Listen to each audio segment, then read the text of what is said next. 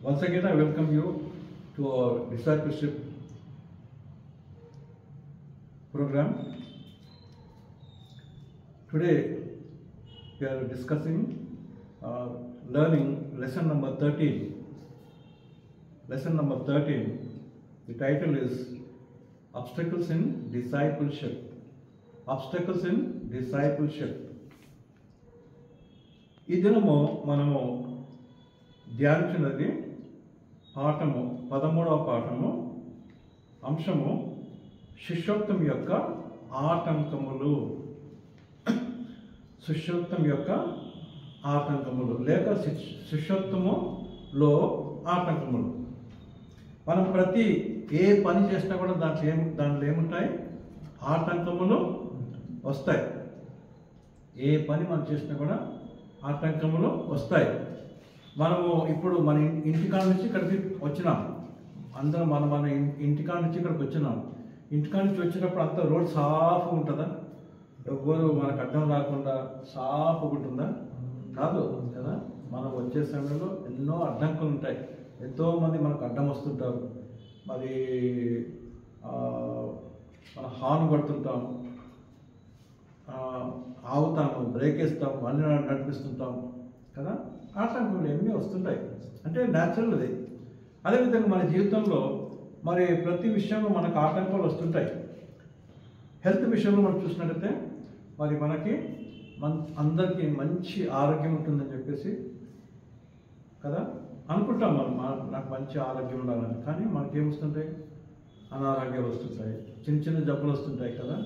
మరి మనందరికీ చలికాలంలో ఏమొచ్చినా అందరికీ దగ్గులు, జ్వరాలు కదా ఇవన్నీ వచ్చినాయి. కొన్నిసార్లు పెద్ద జబ్బులు వస్తాయి. బీపీలే కానీ, షుగర్లే కానీ, ఇంకా పెద్ద జబ్బులు, హార్ట్ అటాక్స్ ఇవన్నీ వస్తుంటాయి.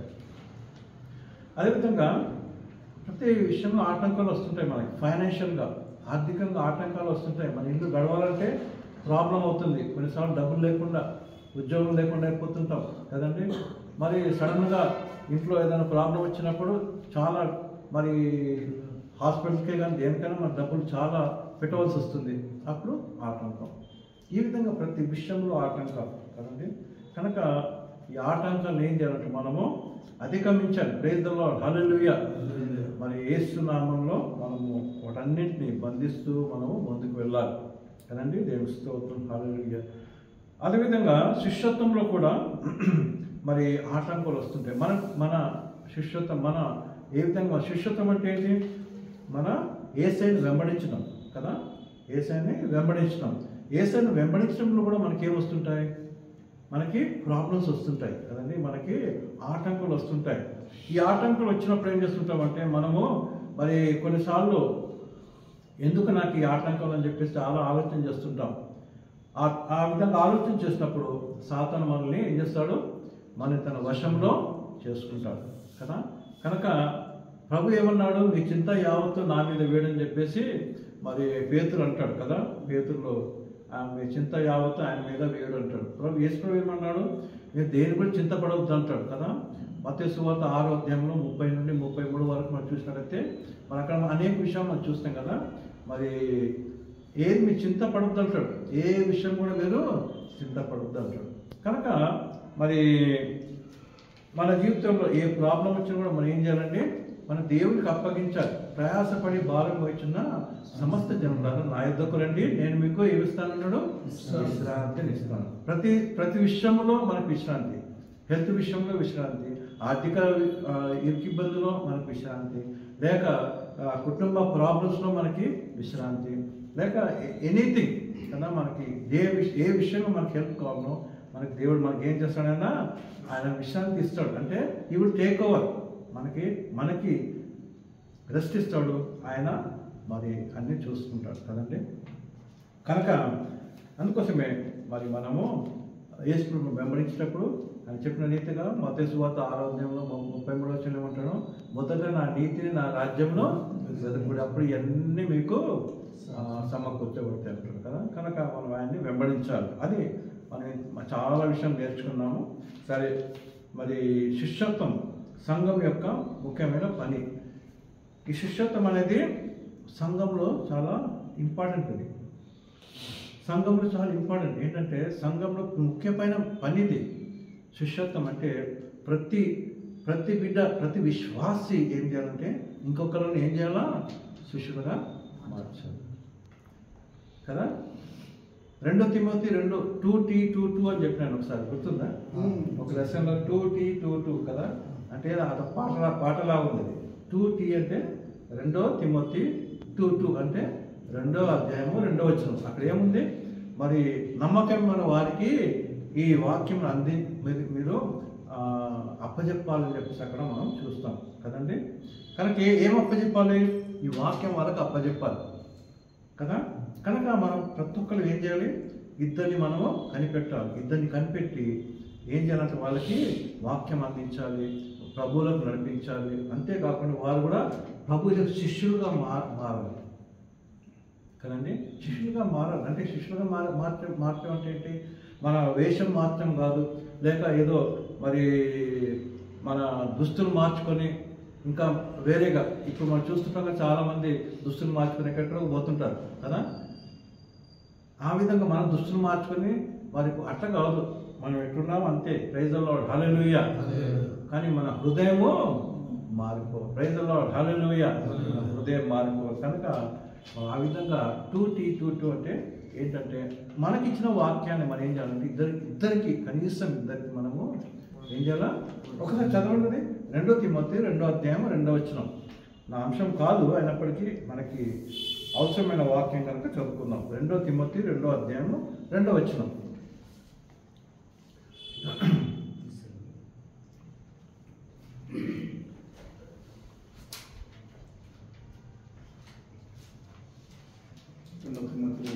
రెండో అధ్యాయం 2వ వచనం.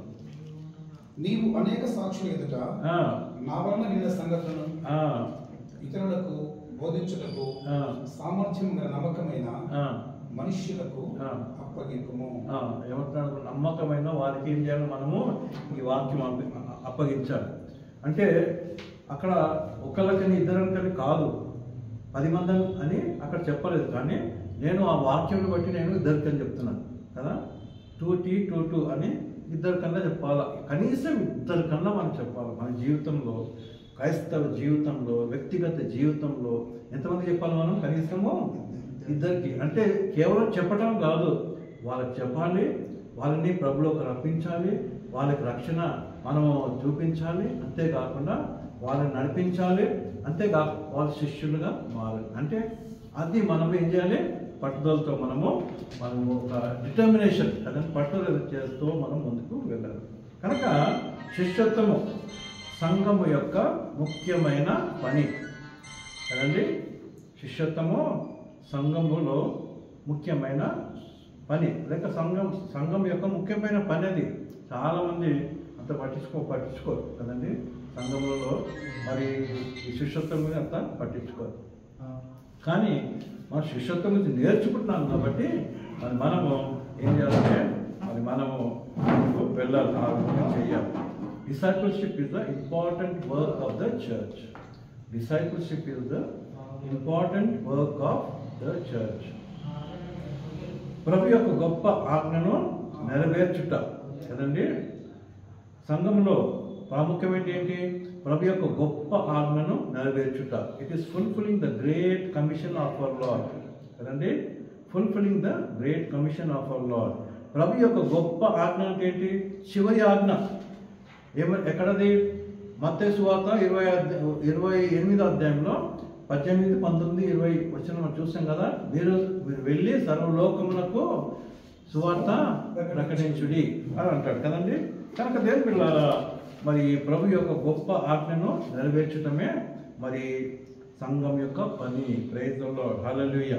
కనుక ఈ సమయంలో మరి ఇవన్నీ చేయడానికి మనం ఏమనుకున్నామో ఈరోజు శిష్యత్వం యొక్క ఆటంకములు అని లెసన్ మన లెసన్ పేరు కదా.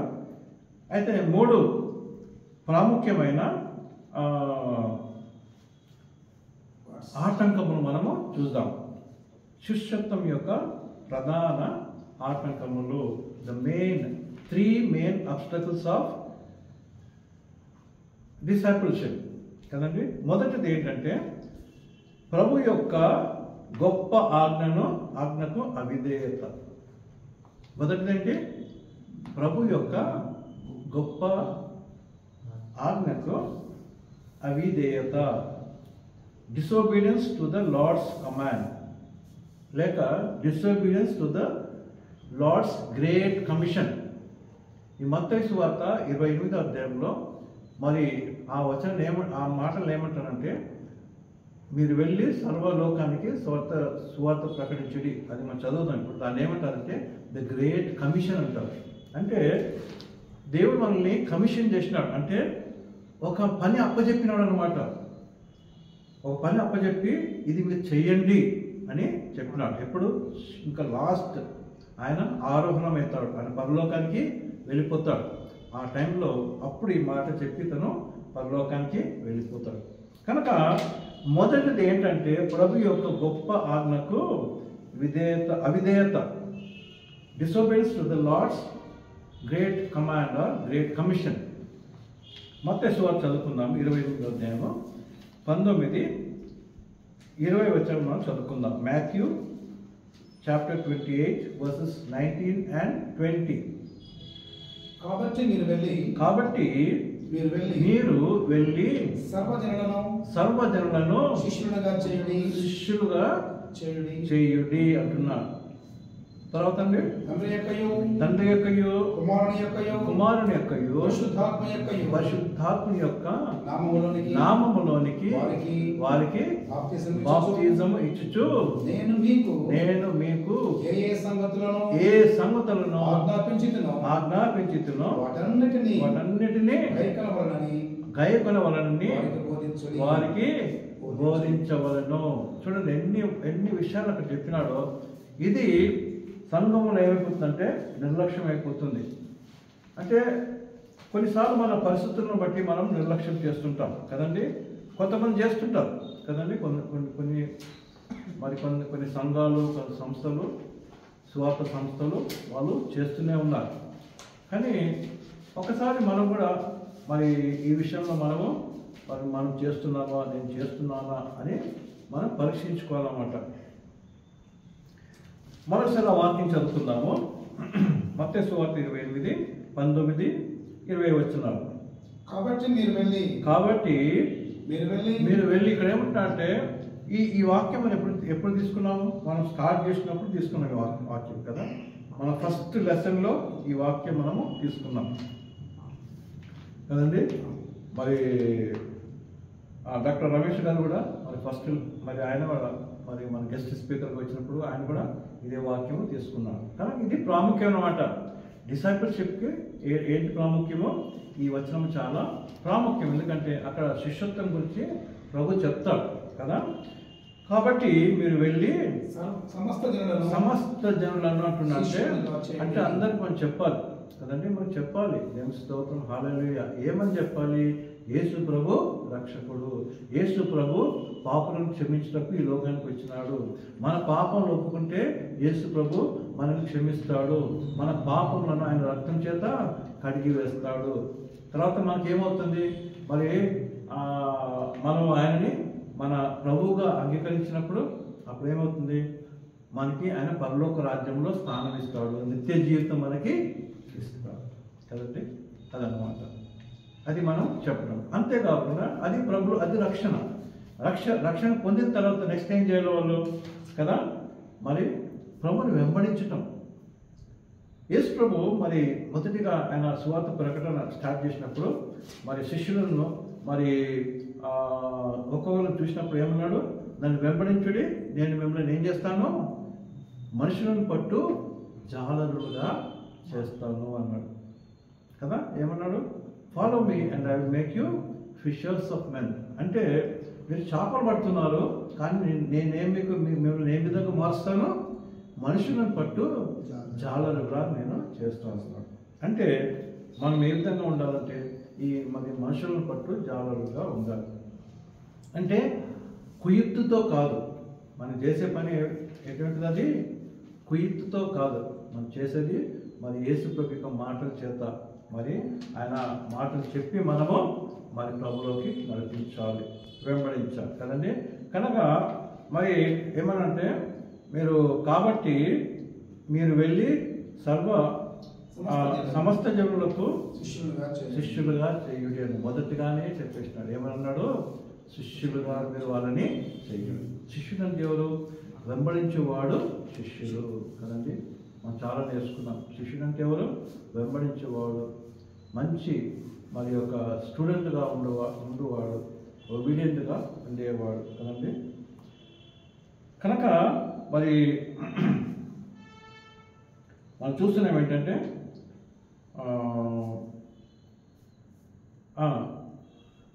సమస్త జనులను శిష్యులుగా చేయి. తర్వాత తండ్రి యొక్కయు కుమారుని యొక్కయు పరిశుద్ధాత్మని యొక్క నామములో వారికి బాప్తిజము ఇవ్వాలి కదండి. వాళ్ళ శిష్యులుగా మార్చాలి. తర్వాత మరి ఏం చేయాలి? వాళ్ళకి బాప్తిజం ఇవ్వాలి.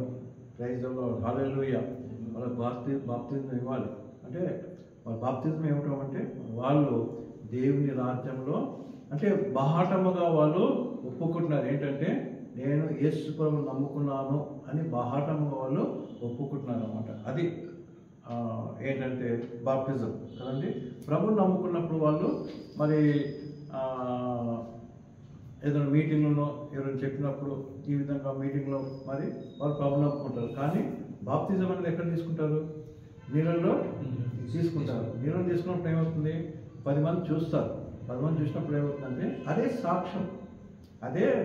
సాక్ష్యం. కనుక ప్రభు ఏమన్నాడంటే మీరు నాకు సాక్షులుగా ఉండుడి అని మన అపుస్తల కార్యం 1వ అధ్యాయం 8వ వచనం మనం చూస్తాం. కనుక మరి బాప్తిజం ఇచ్చి తర్వాత ఏమంటాడు? ఇంకొక మాట ఉంటుంది కదా, నేను మీకు చూడండి, నేను మీకు ఏ సంగతులను ఆజ్ఞాపించితినో వాటన్నిటిని గైకొనవలెనని వారికి బోధించుడి. ప్రైజ్ ది లార్డ్, హల్లెలూయా. కనుక ఈ 3 విషయాలు మనం చూస్తున్నాం ఇక్కడ. ఈ 3 విషయాల గురించి మనం ధ్యానించినాం కదండి. మొదటి మరి 1-2 తరగతుల్లో ఈ విషయాలు మనము ధ్యానించున్నాం. కనుక శిష్యత్వం యొక్క ఆటంకము గురించి మనం చదువుకుంటున్నాం కదండి. శిష్యత్వం యొక్క ఆటంకం ఏంటది? శిష్యత్వం యొక్క ఆటంకం ఏంటంటే మరి ప్రభు యొక్క గొప్ప ఆజ్ఞకు అవిధేయత కదండి. అవిధేయత అంటే ఏంటి? ఏమవుతుందిలే కదా అన్నమాట. నేను చెప్పకపోతే ఏమవుతుంది, నేను చేయకపోతే ఏమవుతుంది? అవిధేయత కదండి. ఇంట్లో మరి తల్లిదండ్రులు పిల్లలు చెప్తారు కదా, బాబు ఇది ఈ పని చేయాలా అని చెప్తారు బాబుకి. బాబు ఈ పని చేయాలా అని చెప్తే మరి ఆ అబ్బాయి చేయకపోతే ఏమైంది? దాని అర్థం ఏంటది? అవిధేయత. తల్లిదండ్రులకు అవిధేయత కదా. కనుక మరి మన తల్లిదండ్రులు మన మాట మనం వినకపోతే అవిధేయత అవుతుంది. ప్రభు యొక్క దేవుని యొక్క మాట కూడా మనము చేయకపోతే అదేమవుతుంది? అవిధేయత అవుతుంది కదా. కనుక మొదటిది ఏంటంటే అవిధేయత. వాక్యమునకు అవిధేయత, మరి యేసయ్య మాటలకు అవిధేయత. కనుక ఈ అవిధేయత అనేది మన జీవితం నుంచి వెళ్ళిపోవాలి. ఈ అవిధేయత అనేది మన జీవితం నుంచి వెళ్ళిపోవాలి. ఈ అవిధేయత కదండి. కొన్నిసార్లు మన బలహీనత చేత మనం చేయకపోవచ్చు, అనారోగ్యం చేత మనం చేయకపోవచ్చు, వయసును బట్టి మనం చేయకపోవచ్చు, ఇంటి పరిస్థితులు మనం చేయకపోవచ్చు. కానీ ఎంత వీలైతే అంతవరకు ఏం చేయాలి? మనము చేయాలి. ఎంత అవకాశం ఉంటే అంత మనము చేయాలి. అదనమాట కదండి. దేవునికి మన బలహీనతలని తెలుసు. ఆయన మన తండ్రి కదండి. ఆయన మన బలహీనతలని తెలుసు. మనకున్న లిమిటేషన్స్, పరిమితులు ఆయనకి తెలుసు. కనుక మనం ఏం చేయాలంటే మరి ఆయన చెప్పుకుంటే ఆయనే మార్గాలు మనకి చూపిస్తాడు కదండి. ప్రైజ్ ది లార్డ్, హల్లెలూయా. మనము కొన్నిసార్లు ఎక్కడికైనా పోవాలనుకుంటే ఎట్లా పోవాలని ఆలోచన చేస్తుంటాం. ఆలోచన చేసి మనం ఇట్లనే ఉంటామా? ఇప్పుడు ఒక స్థలానికి వెళ్ళాలి. ఇప్పుడు బయటికి పోతే ఎట్లా? బయట వర్షం పడుతుంది కదండి. క్రైస్తవులకు పెద్ద ప్రాబ్లం, వర్షం పడితే చర్చికి రాదు కదా. మంచిగా గొడుగు కనిపెట్టారు ఇప్పుడు గొడుగులు కూడా వాడట్లేదు ఎవరు కదా. లేక రెయిన్ కోట్ వేసుకొని చర్చికి రావచ్చు, కానీ వర్షం అనగానే ఇంట్లో వండిపోతారు కదా. ఆ విధంగా మనకు ఆటంకాలు వచ్చినప్పుడు ఏం చేయాలంటే ఆటంకం పక్కన పెట్టాలి. ప్రభుని అడగదు, దేవా నేను మరి నాకు ఆటంకం వస్తుంది, ఏం చేయాలి, నేను వెళ్ళాలా పోవాలా చేయాలన్నప్పుడు ప్రార్థన చేసుకుని వెళ్తే ప్రభు అదే చూసుకుంటాడు. ఎందుకంటే ఆయన చేతికి అప్పగించినాం, దేవుడికి అప్పగించినాం కనుక దేవుడు అతను అదే చూసుకుంటాడు. కనుక ఈ అవిధేయత మన జీవితం నుంచి వెళ్ళిపోవాలి. రెండవది ఏంటంటే శిష్యత్వం యొక్క ఆటంకము. రెండవది ఏంటంటే శిష్యత్వం యొక్క సిద్ధాంతములను మరియు అభ్యాసములను గ్రహించకపోవడం. అంటే ఈ principles and lack of understanding of discipleship principles and practices కదండి. శిష్యత్వం యొక్క సిద్ధాంతములను మరియు అభ్యాసములను గ్రహించకపోవడం. మనము ఇది నేర్చుకున్నాం, ఆల్రెడీ మనం నేర్చుకున్నాం. ఇది సెకండ్ లెసన్ థర్డ్ లెసన్ మనము నేర్చుకున్నాం కదండి. ప్రిన్సిపల్స్ ప్రాక్టీస్ ఇవన్నీ సిద్ధాంతంలో మనం నేర్చుకున్నాం. కనుక కొన్నిసార్లు మరి ఈ గ్రహింపు అనేది మన జీవితంలో ఉండకపోతే మనం ఏం చేస్తామంటే ఏం కాదులే అని మనము మర్చిపోతాం కదండి. కొన్నిసార్లు మనం మనం చేయవలసింది మనము మర్చిపోతుంటాం. అది గుర్తు తెచ్చుకున్నప్పుడు ఏం చేస్తాము, మనము చేస్తాం కదా. గుర్తు తెచ్చుకొని మనం దాన్ని ఆ పని మనము చేస్తాం. కొన్నిసార్లు మరి మనకి ఇంట్లో పిల్లలు కూడా కొన్నిసార్లు చెప్పినప్పుడు చేయరు. కొన్నిసార్లు ఏం చేస్తారు వాళ్ళు, మళ్ళీ వాళ్ళు గుర్తు తెచ్చినప్పుడు గౌరవం చేస్తారు కదా. చేస్తారు అంటే అది వాళ్ళు గుర్తు చేసుకుని చేస్తుంటారు. మన జీవితంలో కొన్నిసార్లు వాక్యమును మనం గుర్తు చేసుకున్నప్పుడు అందుకోసం వాక్యములో మనం ఉండాలి. ప్రైజ్ ది లార్డ్, హల్లెలూయా. వాక్యంలో ఎల్లప్పుడూ వాక్యములో ఉండాలి కదా. యేసు ఏమన్నాడు, యోహాను సువార్త 15వ అధ్యాయంలో 4వ వచనంలో 7వ వచనంలో అక్కడ చూస్తాం కదా. ఏమంటాడు అక్కడ, నా యందు నుండి అప్పుడు నేను మీ యందు ఉంటాను అంటాడు కదా. మనం ఆయన యందు ఉండాలంటే దాని అర్థం ఏంటంటే మరి ఆయన వాక్యములో మనము ఉండాలి. ప్రైజ్ ది లార్డ్, హల్లెలూయా కదండి. Lack of understanding of discipleship principles and practices కదండి. శిష్యత్వం యొక్క సిద్ధాంతం మరియు వారి అభ్యాసములను గ్రహించకపోవటం. మళ్ళీ అన్నింటిలోకి నేను వెళ్ళట్లేదు, కానీ దాని అర్థం ఏంటంటే ఈ సిద్ధాంతం మరి మనం చేయవలసిన పని. సిద్ధాంతం అంటే ఏంటి, మనం చేయవలసిన పని, మనం నేర్చుకోవాల్సింది, మనం చేయవలసింది. అపోస్తుల కార్యంలో ఒక మాట మనం చదువుకుందాం. అపోస్తుల కార్యంలో 18వ అధ్యాయము 24, 25, 26 వచనం మనం చదువుకుందాం. Acts chapter 18 verses 24, 25 and 26. అలక్ష్యం లేవాడైన అపోల్లో అను ఒక యూదుడు ఎఫెసునకు వచ్చెను. అతడు విద్వాంసుడును లేఖనముల యందు ప్రవీణుడై ఉండెను. అతడు ప్రభు మార్గం విషయమై ఉపదేశము పొంది తన ఆత్మ యందు తీవ్రపడి యోహాను బాప్తిసము మాత్రమే తెలుసుకున్న వాడైనను యేసును గురించిన సంగతులు వివరముగా చెప్పి బోధించుచు సమాజ మందిరంలో ధైర్యముగా మాట్లాడాలనిపించను. ప్రిస్కిల్లా ఆకులయు విని అతన్ని చేర్చుకొని దేవుని మార్గం మరిపూర్తిగా అతనికి విశదపరిచిరి. తర్వాత అతడు అక్కడికి పోదలిచినప్పుడు అతనిని చేర్చుకున్న వాళ్ళని సహోదరులు ప్రోత్సాహపరచుతూ అక్కడికి శిష్యులకు వ్రాసిరి. అక్కడికి వచ్చి కృపచేత విశ్వసించిన వారికి చాలా సహాయం చేసెను. యేసే క్రీస్తు అని లేఖనముల ద్వారా అతడు దృష్టాంతపరిచి యూదుల వాదమును బహిరంగముగాను గట్టిగాను ఖండించుచూ వచ్చెను. ఇక ఏం చూస్తుంటే మనము మరి ఇక్కడ అపోల్లో అనే ఒక వ్యక్తి ఉన్నాడు. చూడండి, అపోల్లో అన్న ఒక వ్యక్తి ఉన్నాడు. ఆయన ప్రభులో మంచిగా ఉన్నాడు. ప్రభులో అంటే దేవునిలో మంచిగా ఉన్నాడు. దేవుని వెంబడిస్తున్నాడు. మరి యోహానిచ్చే బాప్తిజం కూడా తను తీసుకున్నాడు. కానీ యేసు ప్రభు గురించి అంతా ఎక్కువ ఆయనకి తెలియదు. కానీ యేసు ప్రభు గురించి విన్నాడు. అంటే ఆయనకి ఏముందండి, ఆసక్తి అనేది ఉన్నది. యేసు ప్రభు గురించి విన్నాడు. యేసు ప్రభు గురించి విని మరి చెప్తున్నాడు. కానీ ఆయన కొన్ని విషయాలు కరెక్ట్గా చెప్పట్లేదు అన్నమాట. కరెక్ట్గా కొన్ని చేయట్లేదు. కనుకనే అక్కుల ప్రిస్కిల మనం చూస్తాం, వాళ్ళు అది ఇటలీ నుండి వస్తారు. ఎక్కడి నుంచి వచ్చినారు వాళ్ళు? ఇటలీ నుంచి వచ్చినారు. ఇటలీలో మన అక్కడ క్లౌదియా అనే మరి చక్రవర్తి ఏం చేస్తాడంటే క్రిస్టియన్స్ అందరూ ఇక్కడికి వెళ్ళిపోవాలా అని ఒక ఆర్డర్ ఇస్తాడు. ఆర్డర్ ఇస్తే ఏమవుతుంది, అందరూ ఇటలీ నుండి ఎక్కడికి వస్తారు? ఇప్పుడు గ్రీస్కి వస్తారు. గ్రీస్ దేశానికి వస్తారు, వచ్చి అక్కడ ఉంటారు. కనుక మరి పౌలు టెంట్ మేకర్ కదండి. పౌలు ఆయన వృత్తి ఏంటి? టెంట్స్ తయారు చేయటం కదా, టెంట్స్ తయారు చేయటం. అప్పుడు ప్రెసిడెంట్లు కూడా వాళ్ళు కూడా టెంట్స్ తయారు చేసేవాళ్ళు అన్నమాట. కనుక వాళ్ళు కలుసుకుని వాళ్ళు మాట్లాడాలి, వాళ్ళు సేవలో ఉన్నారు. ఈ అక్కుల ప్రిస్కిల మనం చూస్తాం ఏంటంటే వాళ్ళకి మంచి ఆశ. ఈ 18వ అధ్యాయంలోనే మనం మొదటి 2-3 వచ్చాలు మనం చూస్తాం ఏంటంటే మంచి ఆశ. సేవ అంటే మంచి ఆశ వాళ్ళిద్దరికి, భార్య భర్తలకి.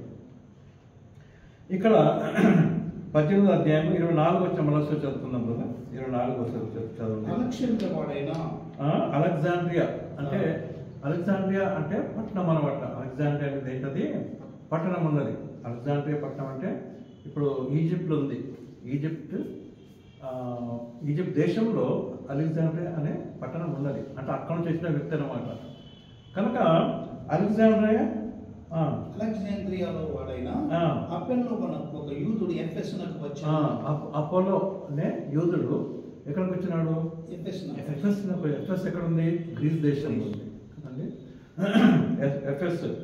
మరి ఎఫెస్కి వచ్చినాడు కదండి. ఎఫెస్ గ్రీక్, టర్కీ. సరే ఎఫెస్కి వచ్చినాడు. తర్వాత ఆయన చూడండి, ఆయన గురించి ఏముంది? ఆయన విద్వాంసుడు, అంటే మంచిగా చదువుకున్న వ్యక్తి అనమాట. మంచిగా బాగా చదువుకున్న వ్యక్తి. విద్వాంసుడు లేఖనములలో అంటే పాత నిబంధనలో ఆయన ఏమై ఉన్నాడు?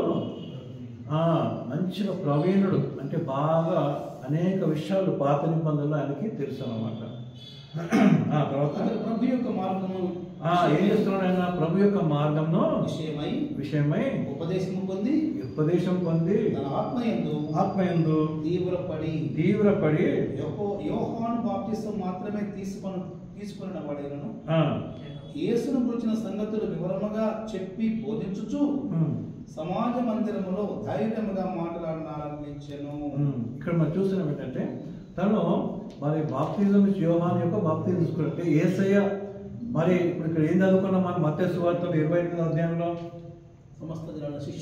శిష్యులుగా చేయండి, మరి తండ్రి యొక్కయు కుమారుని యొక్కయు పరిశుద్ధాత్మని యొక్క నామములో బాప్తిజము ఇవ్వవలెను కదండి అని యేసయ్య చెప్పినాడు క్లియర్గా.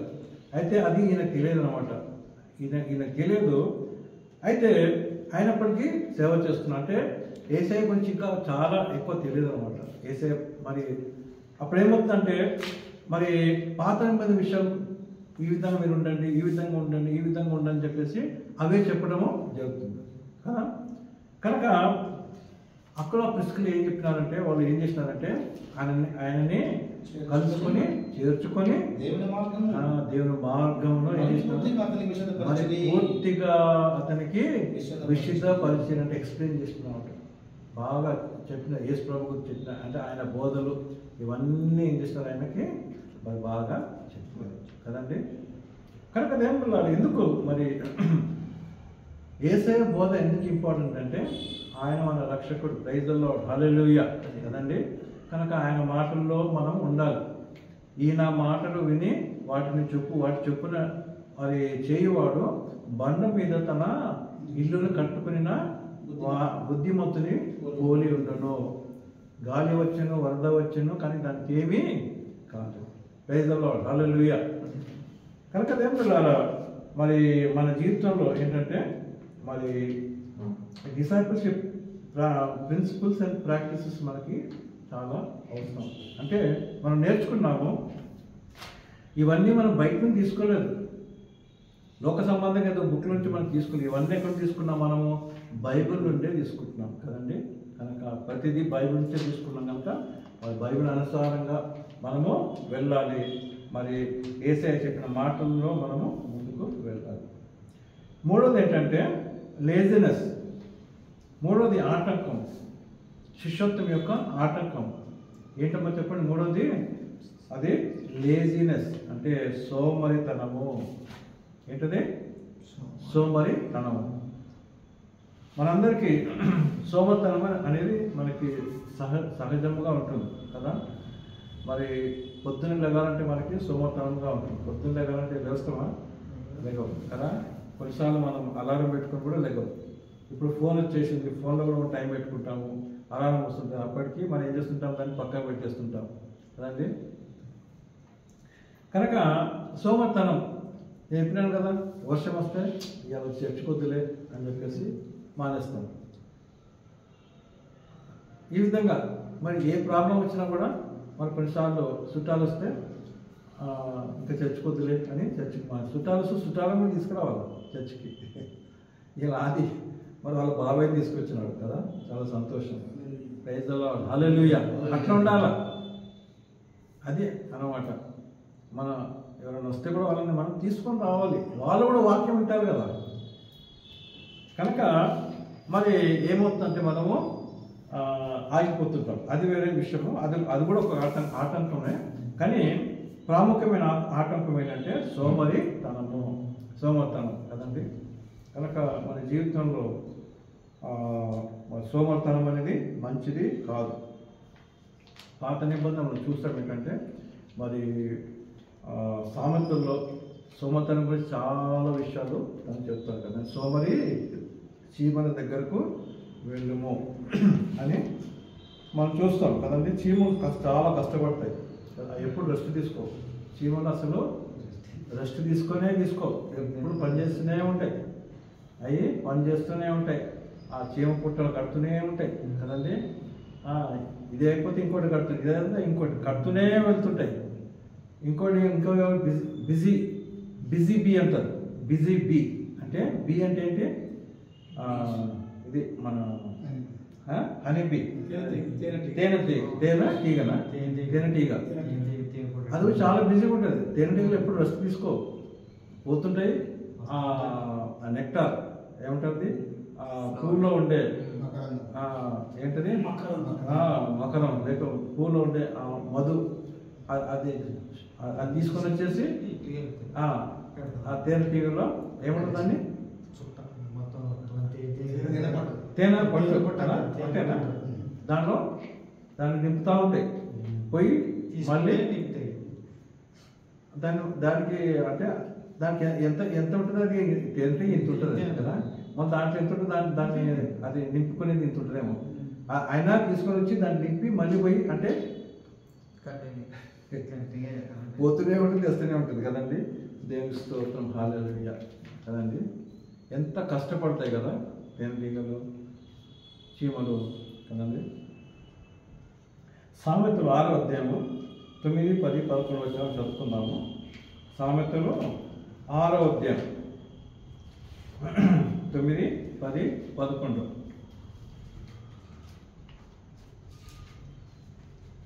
సోమరితనం గురించి మరి బైబిల్లో ఉన్న మాటలు మనం చదువుకుందాం. సోమరి ఎందాక నీవు పండుకొని ఎందువు?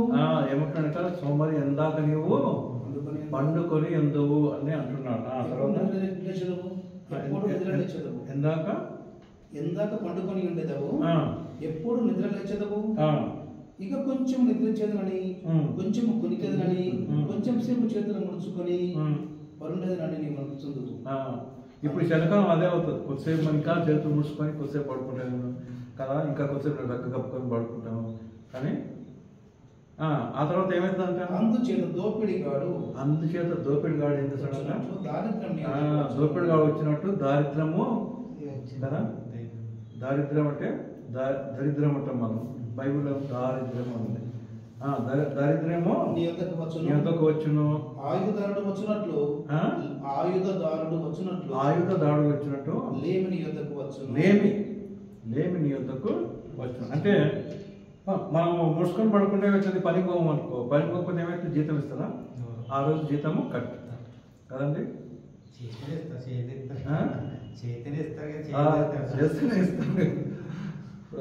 కరెక్ట్ చెప్తున్నాను, చేస్తూనే ఇస్తాను, చేయకపోతే ఎందుకు ఇస్తాను. కనుక మరి ఏం చూస్తున్నాం మనము, పని చేస్తేనే ఆర్గనైజ్ సెక్టర్.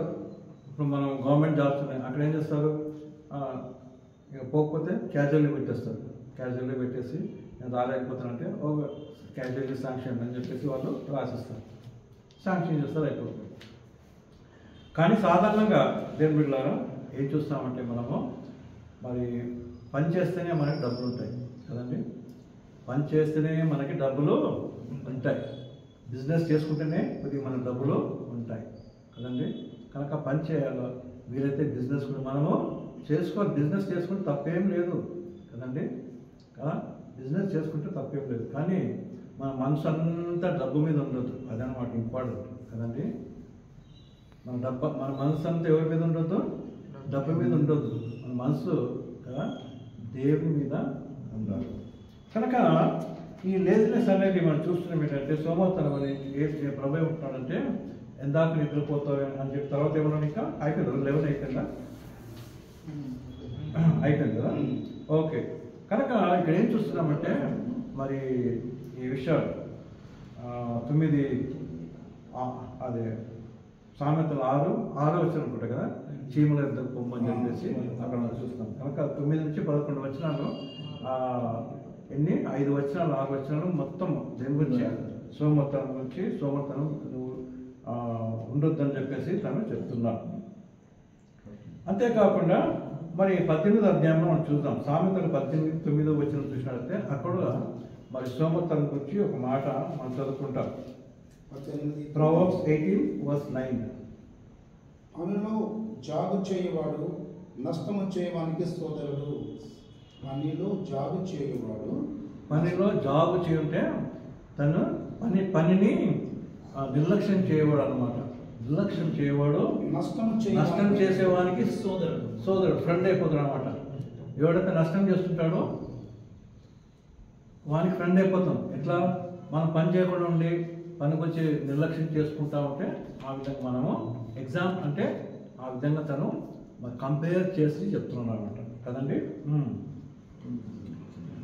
కనుక మరి మనము జాగ్రత్తగా ఉండాలి. యేసు ప్రభు కూడా మనకి ఏం చెప్పినాడంటే మరి ఒక ఉపమానం చెప్తాడు కదా, ఉపమానం చెప్తాడు. మత్తయి సువార్త 25వ అధ్యాయము మరి 14 నుండి 30 వచనం మనం చూసినట్లయితే ఒక పెద్ద మరి ఒక ఉపమానం ప్రభు చెప్తాడు కదండి. మరి ఉపమానం చదువుతారు బ్రదర్. అయితే అక్కడ మనం చూస్తాం ఏంటంటే అంతా చాలా టైం అవుతుంది. 26 వచనం చదవండి. దాంట్లో 26 వచనము. అందుకు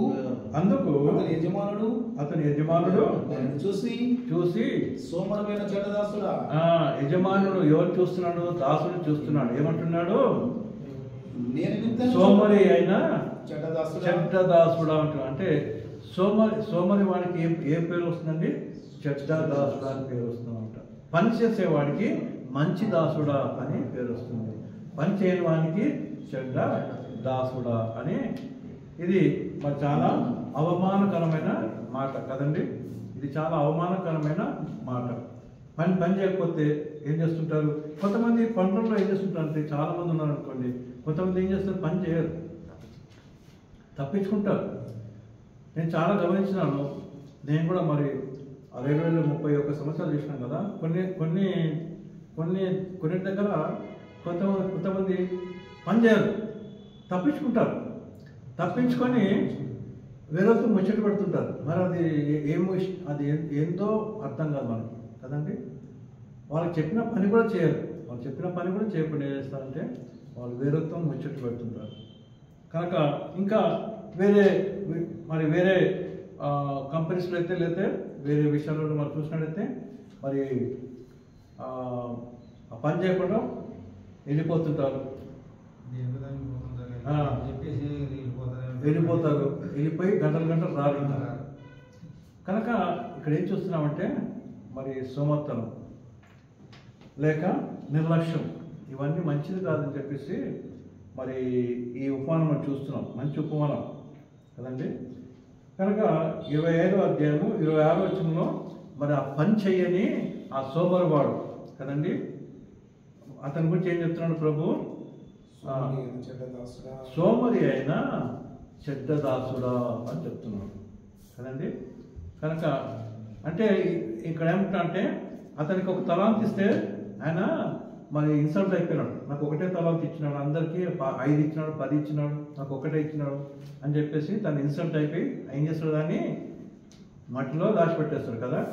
మరి అయితే మనం చూస్తాం వీళ్ళ ప్రభు ఏమిటంటే సోమరి అయినా చెడ్డదాసు అని చెప్పేసి నువ్వు కనీసం తీసుకొని బ్యాంక్లో పెట్టుంటే నాకు ఇంట్రెస్ట్ వస్తుంది అని చెప్పేసి ఇంట్రెస్ట్ గురించి అక్కడ మరి ప్రభు మాట్లాడతారు.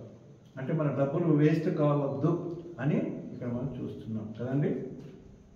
చదువు బ్రదర్ది 26వ వచనం మరొకసారి. అందుకు అతని యజమానుడు వారిని చూసి, సోమరి అయిన చెడ్డదాసుడా, నేను విత్తని చోటు కోయి వాడను, చల్లని చోట పంట కూర్చుకుని వాడనని నీ వెరుగుదువా? అట్లయితే నీవు నా సొమ్ము సాహుకారుల యొద్ద ఉంచవలసి ఉండెను, నేను వచ్చి వడ్డీతో కూడా ఆ సొమ్మును తీసుకొని ఉందనే అని చెప్పి ఆ తలాంతులను వాని యొద్ద తీసివేసి 10 తలాంతులు గల వానికి ఇయుడి. కలిగిన ప్రతి వానికి ఇవ్వబడును, అతనికి సమృద్ధి కలుగును. లేని వాని యొద్ద నుండి వానికి కలిగినది తీసివేయబడును. మరియు పనికి మారిన ఆ దాసుని వెలుపడి చీకట్లోనికి త్రోసివేయుడి, అక్కడ ఏడుపును పండు కొరకొడి ఉండునను. కనుక ఇక్కడ ఏం చూస్తామంటే ఈ సోమరి అయిన దాసుడు, ఆయనకి ఏమొచ్చేసిన పేరు చెడ్డదాసుడు అని చెప్పేసి పేరు వచ్చేసింది కదండి.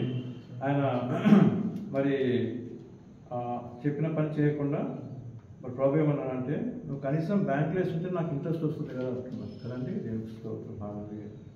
ప్రభు ఎంత స్పెసిఫిక్గా ఉంటాడు కదా, ఎంత కరెక్ట్గా చెప్తుంటాడు. కనుక దేవుని బిడ్డలారా, మన జీవితంలో మన సోమతనం మంచిది కాదు, సోమతనంగా మనం ఉండడానికి మంచిది కాదు. మనం వీలైనంత వరకు మనం ఏం చేయాలి, మనము దేవుడి పని చేస్తూనే ఉండాలి కదండి. మరి మనకి చేస్తే మనకే మంచిది, మనం పని చేస్తే మనకి జీతం వస్తుంది. ఎంత కష్టపడితే మనకంత జీతం వస్తుంది. కనుక మరి ఇవాళ నేను పోను, ఇవాళ నేను డ్యూటీకి పోను, ఇవాళ వర్షం వచ్చిందని చెప్పి ఇట్లా కూర్చుంటే ఏమవుతుంది, మనకి జీతం ఒకరోజు జీతం పోతుంది. ఆ ఒక్కరోజు జీతం ద్వారా మనకి ఏమవుతుందంటే ఇంట్లో ప్రాబ్లమ్స్ వస్తాయి, ఫైనాన్షియల్ ప్రాబ్లమ్స్ వస్తాయి కదండి. కనుక కష్టపడాలి. అదేవిధంగా సేవలో కూడా మనము కష్టపడాలి కదండి. మరి 3వ అంశం మనం మాట్లాడుకున్నాం. శిష్యోత్తం యొక్క ఆటంకంలో 3ది ఏంటంటే సోమర్థనం. కనుక ఎఫ్ఎస్సి పత్రికలో మనం చూస్తాం, పౌలు భక్తుడు ఏమంటాడంటే ఎఫ్ఎస్సి 5వ అధ్యాయము 15, 16, 17. Ephesians chapter 5 verses 15, 16 and 17. దినములు చెడ్డవి కనుక దినములు చెడ్డవి. ఇక్కడ చూడండి, దినములు చెడ్డవి కనుక మీరేం చేయొద్దు, మరి ఇంకా ఇంకేం పని చేయొద్దు అంటున్నాడా. దినములు చెడ్డవి కనుక మీరేం చేయాలి, ఏం చేయమంటాడు? దినములు చెడ్డవి కనుక సమయం ఏం చేయొద్దు, మనము పోనివ్వవద్దు. అంటే దినములు చెడ్డమైనప్పటికీ మనం ఏం చేయాలి, మనము అవకాశం వాడుకోవాలి. ఎప్పుడు మనం అవకాశం వాడుకోవాలి, సద్వినియోగం చేసుకోవచ్చు. సద్వినియోగం అంటే మంచిగా వినియోగించాలి, మేక్ గుడ్ యూజ్ అనమాట. అంటే మనకిచ్చిన టైంని మనం ఏం చేయాలా, మనం మంచిగా మనము వాడుకోవాలి. ఆ తర్వాత అజ్ఞానుల వల్ల కాక జ్ఞానుల వల్లే నడుచుకున్నట్లు జాగ్రత్తగా మీరు ఉండండి అంటున్నాడు కదండి. చివరిగా 1 తెస్సలోనిక పత్రిక 2వ అధ్యాయం 9వ వచనం చదువుకుందాం. 1 Thessalonians chapter 2 and verse 9.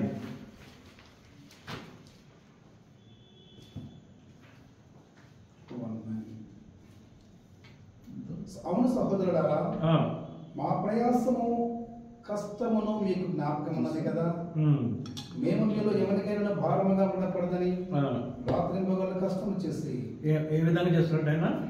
పౌలు భక్తుడు రాత్రింబగలు కష్టపడ్డాడు, సేవకుడు రాత్రింబగలు అండి. కనుక మన జీవితం విషయాలు మనం జ్ఞాపకం చేస్తున్నాం. మరి మనము కష్టపడాలి కదండి. మన జీవితంలో ఏముండదు, సోమతనం అనేది ఉండడానికి వీల్లేదు. మనము కష్టపడితే మన జీవితంలో మనకే మంచిది, కష్టపడితే మనకే మంచిది. కనుక ఈరోజు మనం ఈ చివరి మరి లెసన్ మనం చదువుకున్నాం ఏంటంటే శిష్యత్వం యొక్క ఆటంకములు. దాంట్లో 3 విషయాలు మనం నేర్చుకునే శిష్యత్వం యొక్క ప్రధాన ఆటంకం. మొదటిది ప్రభు యొక్క గొప్ప ఆజ్ఞకు విధేయత. రెండవది శిష్యత్వం యొక్క సిద్ధాంతం మరియు అభ్యాసములను గ్రహించకపోవటము. మూడవది సోమరితనం. కనుక ఇవన్నీ మన జీవితంలో ఉండడానికి వీల్లేదు. మనము పట్టుదలతో మనం ముందుకు వెళ్దాం కదండి. దేవుడు వాక్యం దీవించును గాక. ఈ వాక్యం మీ జీవితాల్లో కూడా ఫలించును గాక. అది స్టోరీ.